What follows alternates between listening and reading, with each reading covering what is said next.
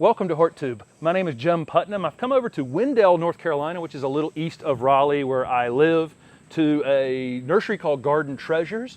And the owner's name is Pat McCracken, and you probably have heard his name if you watch my channel for any length of time. Pat, can you tell me some of your history? Well, I've been in the industry for around 35 years. I have my bachelor's and master's degree in ornamental horticulture. I've worked at some of the larger nurseries in the state and some of the more interesting nurseries in Tennessee over the years.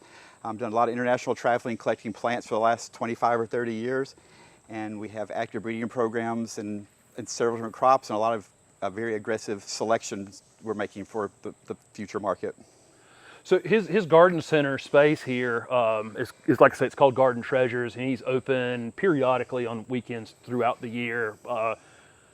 This is an incredible collection of super unique plants. I think anybody would, you can spend hours here looking through, just seeing things that you haven't seen anywhere else. Pat is the person who introduced Sunshine ligustrum, and he showed me this plant in his landscape years before it ends up in the Southern Living Plant Collection. How did that transpire? What drew you to that? Well, it's interesting. I found that plant probably close to 25 years ago. It was a sport mutation off of just a regular green and white variegated ligustrum. And it was one yellow branch. We propagated it. It was in the garden for several years. I'm not sure if Jim had seen it at that point, but it's probably 15 or 20 years ago. It was a long time ago that Jim saw the original plant.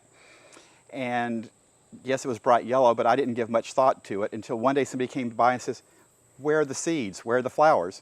And we realized that now after 25 years, it's never flowers. It's totally sterile. And that's a big issue with privets, is reseeding. And this one's totally sterile, so bright yellow and sterile. So it's taken the market by storm across the entire U.S. Yeah, to say the least. So we're standing in the middle of one of his newer introductions. This is a Stellar Ruby Magnolia. Can you tell us a little bit about what makes this Magnolia unique? Yeah, this one's really cool. If you're familiar with the more common banana shrub, this is basically a selection of banana shrub, but totally different. The leaves are much darker and shinier. It's an upright grower. It's much faster than banana shrub, 10 to maybe 20 degrees possibly more cold hardy, certainly fine through all of zone 7 down to zone 9 at least. Blooms heavy in the spring with small ruby red flowers that are highly fragrant, and it reblooms sporadically out through the summer. It'd be great for a single planting, but we're pushing it for screening and mass plantings. This would be phenomenal, where you're doing your green giant arborvitaes that eat your garden. This would be the perfect replacement. It grows sun or shade. Only gets around 12 to 15 feet tall and maybe 8 feet wide. So it doesn't get huge, but it gets to size quickly. Nice. Yeah, this is one of my favorite plants in the garden, and we're on a little 2/10 of an acre lot in Raleigh, and so something that's upright and narrow is super beneficial, and I think we've seen that with just lots getting smaller and smaller, that we need to have screening plants, but not ones, like you say, green giants that get 25 feet tall. So let's move on to something else. I featured this gray ghost illicium that I got here in a video maybe a week and a half ago. Tell me about your love of illicium. Well, I think just in general, illicium as a genus is spectacular. There's lots of species that are really interesting, but there's so many different colors and textures and leaf forms. And flower colors particularly, there's red ones, yellow ones, ivory green colored ones, but pink ones, and just spectacular foliage. Mostly are hardy, zone 7 south, almost deer proof. I'm not sure I would say completely deer proof, but close to it. Deer really avoid them. They grow great in shady spots. And again, just spectacular forms. Again, the gray ghost with the silver leaf and the white edge. And then there's Florida Sunshine that has the really pretty yellow foliage. And you put in a little more sun that's in here, it turns really brilliant yellow. We've had people drive along the road and think it was a forsythia blooming in the middle of the summer, and it's strictly foliage. They're absolutely stunning as a genus. Yeah, they really are. So like I've said, here at Garden Treasures, it's all unusual things, hard to find things. Some things, honestly, I have never seen before in my years of doing this. Every time I come here, I see something I haven't seen before. I guess you have, this is your passion. Absolutely. And Jim put me a bit on a spot. When he asked me to help with this video, he asked me to pick out my top 4 or 5 favorite plants. Well, that's absolutely impossible. So I decided to do a small section of a group. Variegated as a group is my favorite plant. And that gives you huge latitude of what that means. But I just picked out 3 of the really, really unusual things that we have here. Again, these would be my top 10 favorites, period, probably anyway. but I couldn't pick out my one favorite. So this is Clethra barbinervis Takeda Nishiki. It's the Japanese tree Clethra. It's stunning variegation. It'll make a 15 to 20 foot tree eventually, and it handles a lot more sun than I thought. With that much white, I thought it was going to burn immediately. We've got them planted in multiple spots in the garden with anywhere from 3 or 4 or 5 hours of direct sun, morning, afternoon, midday sun. They're all looking spectacular, so a really, really good plant for us. This has been one of my dreams. 20 or 30 years ago, somebody said, if you could design your perfect plant, what would it be? And I wanted a white-margined fragrant osmanthus. At that point, they weren't around. They didn't exist. But this was the plant, it was in my head, of the perfect plant. Well, all of a sudden, out of China, they're starting to come out. We've got 2 or 3, maybe 4 different selections now. This is Unitan Kaguya, if I'm saying that even closely right. But a spectacular fragrant osmanthus. Probably best in zone 8 and warmer. We've had it in the garden here for a couple years, but we've had very mild winters. It's not quite as hardy as the regular green osmanthus fragrance, but a stunning variegation, still a typical ultra fragrant white flowers. Okay. Stunning. That's what I was going to ask, if it still flowers as well. It doesn't flower quite as heavily, but they're every bit as fragrant. So just a few flowers, you can smell it through the whole greenhouse. Right, yeah, you so don't need it's many. Awesome. You don't need many. And one of those, oh my God, I have to have it plants I couldn't get forever, is variegated Daphniphyllum. This is pretty much the pinnacle of hardy, woody, rare variegations. It's almost impossible to propagate. Well, we think, fingers crossed, figure out how to propagate it. Rarely available any place in the country.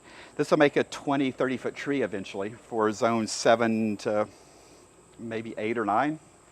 Just a stunning evergreen tree.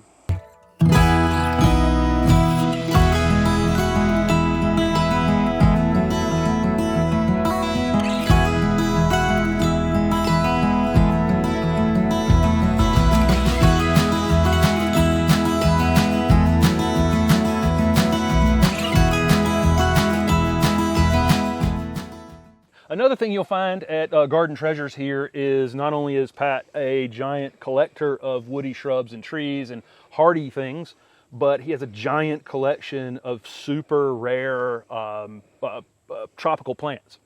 Can you tell me some of your favorites in here? I will do that. And again, Jim had asked me to pick out 4 or 5 of my favorites. So I said, can I just do aroids as a giant group? So we do a lot of really fun aroids. This Monstera Thai Constellation is just one of my absolute favorites. We've got some beautiful ones around. But the one thing I like about the aroids in general, most of them are fairly easy as houseplants. And there's stuff for sun, shade, wet, dry. So you have a huge range of stuff for a beginner hobbyist to the most advanced, high-end grower. There's a plant that fits their needs. Right. And just the sheer diversity, just sort of some of the examples on leaf form. Again, you've got the Thai constellations. There's Amydrium zeppelianum. I mean, that's just a pretty phenomenal leaf. It is. It's just, you get these really cool leaf textures. Wow. And then things like Pink Princess. You get red leaves with pink and white variegation in it. So just some really cool color patterns. One of my favorites is this Philodendron Xanadu Gold. In more sun, this will turn brilliant yellow with pink and red petioles, and it gets to be about 4 or 5 feet across. It's just a spectacular plant. But there really truly is a Philodendron, Monstera, Syngonium, one of the aroids that fits pretty much any demand, any need, from low end, $5 or $10 on up into the many, many thousands of dollars for small plants. It's a very amazing group of plants. Well, and you're working with these. You're not just working with shrub breeding. It sounds like you've really jumped all into this. Correct. We have active breeding programs in tropicals, subtropicals, woodies, you name it. We're messing with them now. Nice. Guys, when's your next open weekend? Mid-September, you said? We open back September the 17th for our normal Friday, Saturday, half-day, Sunday hours. We have an open house the last 3 days of, Friday, Saturday, Sunday of September, and the 1st, 2nd, 3rd of October, we'll have open house days. Oh, nice. Thank you guys for following the channel. There's a lot more of these upcoming name your favorite plant, but it's not really our favorite plant because it's hard to narrow down our favorite plant videos.